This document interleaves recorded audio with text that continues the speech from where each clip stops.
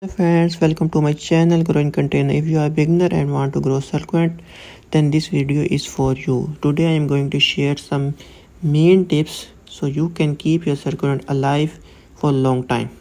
So let's start. So first point is light. Succulent needs plenty of bright light, ideally 4 to 6 hours of direct sunlight daily. If you are growing them indoor, place them near a south-facing window or use grow lights. If your succulents start to stretch or look leggy, they are not getting enough sunlight.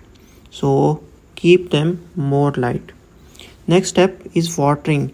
Succulents are drought tolerant and do not need frequent watering.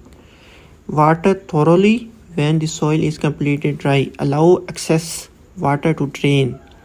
Water is common mistake lead to root rot, so keep in mind.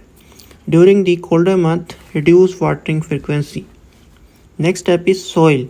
Use a well-drained soil mix specifically formatted for succulent or cactus. You can also create your own soil by adding 80% sand, 10% garden soil and 10% leaf compost. Do not use cow dung, use leaf compost. Avoid using regular potting mix which retain too much moisture. It will rot your succulent. Next step is container. Choose pots with drainage holes to prevent water from pooling at the roots.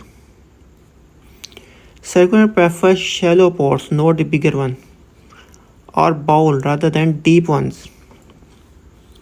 It's better to use clay pots instead of plastic, but if you have plastic pots then use shade fabric, 50% shade fabric in direct sunlight condition if you have very hot weather. Next step is fertilizing. Fertilize succulent during their active growing season, spring to mid-summer or early summer if you have very hot weather. Use a balanced liquid fertilizer.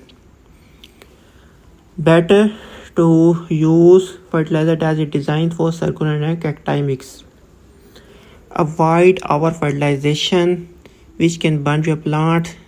Our fertilization make your plant also leggy, and so always make sure your plant is getting enough light when you are fertilizing them. Next step is pest control. Keep an eye out for pests like mealybugs and aphids. Aphids usually attack on flowers, so keep an eye on them. Treat infection with neem oil or insecticide soap. Next step is propagation. Succulent can be easily propagated from cuttings and their leaves. Also you can grow them from stem as well. Allow cutting to dry out for a few days before putting them in a well-drained soil, so the cut portion will callus out. Next step is common problems. Overwatering. These problems are the one that beginners usually do, so avoid those problems. First problem is overwatering. Leaves may become soft, mushy, and the soil may smell mushy. Next problem is underwatering. Leaves may shrivel or turn brown.